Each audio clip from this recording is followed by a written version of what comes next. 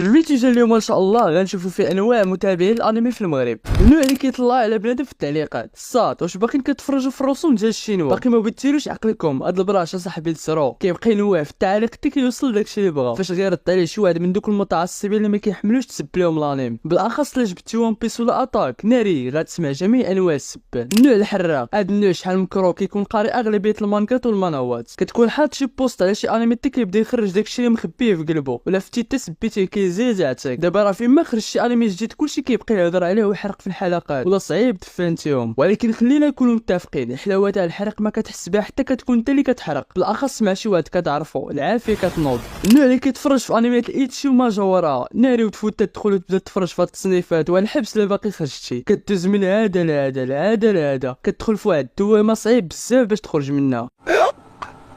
النوع اللي طلع ليه الانمي في راسو اعتزل الفراجه، كتلقى قلبها مانغا ومانهوا وعطاها غير التختيمات والقرايه في الروايات. النوع اللي كيكراشي على الشخصيات، الدراري كتلقاو في اي انمي جديد طايحين في شي دريات تيزا. الدريات كيكون عندهم مخزون قليل، غير شي 5 ولا 4 بارك عليهم في كل عام ولا عامين. كاين واحد النوع عارف الانميات اللي متربع على العرش مستحيل تجي شي حاجه احسن منها، كهانتر، ون بيس، اتاك، ناروتو، دراغون بول، بليتش، فول ميتال. النوع اللي مضطر كتلقاه ديما تالف اش من انمي غيتفرج فيه، واخا عنده زبابه الانميات كاتبهم كيدخلوا في قائمه مقبرات الانميات اللي غيتفرج فيها من بعد. وكاين عاوتاني اللي كيبدا شي انمي كيخليه واحد المده، نهار تيبغي يرجع يتفرج فيه كيلقى راسو نسى فين وصل، وهكا كيجي العكس باش يعاودوا من الاول. النوع المحنك كيكونوا خاطرين في هادشي الانميات، وقت ما تبغي تقنعو بشي حاجه والو غير كتضيع وقتك معاه، اللي في راسو. كلشي الانميات ناقصين الا جوجو، المستوى ديالو بوحدو بالنسبه لهم هو افضل ما شافت عينيهم. النوع اللي عزيز عليه يتفرج في شي حاجه ديال الموتيفاسيون سبور، باكي ولا ايبو، عرفتي كضرب غير حلقه من هاجمي نو ايبو لا اراديا، كتبغي انت دير شي حاجه سواء سبور ولا خدمه ولا قرايه، اي حاجه ممكن ديرها وانت كتفرج في هاد العظمه.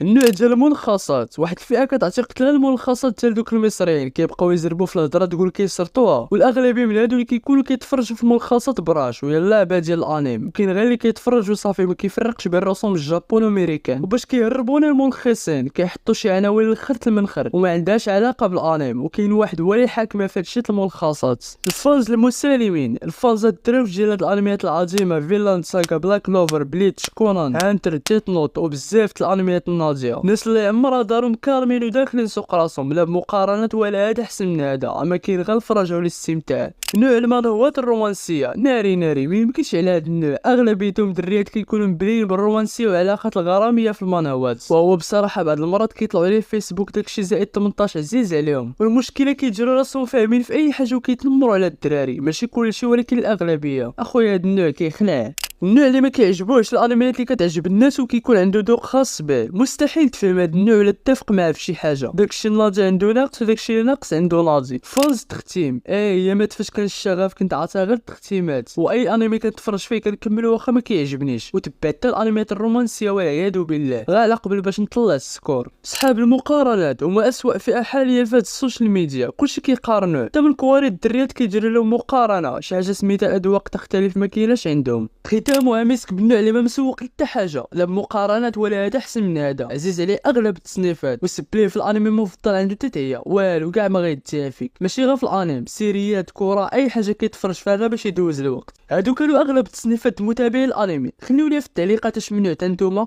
والسلام عليكم.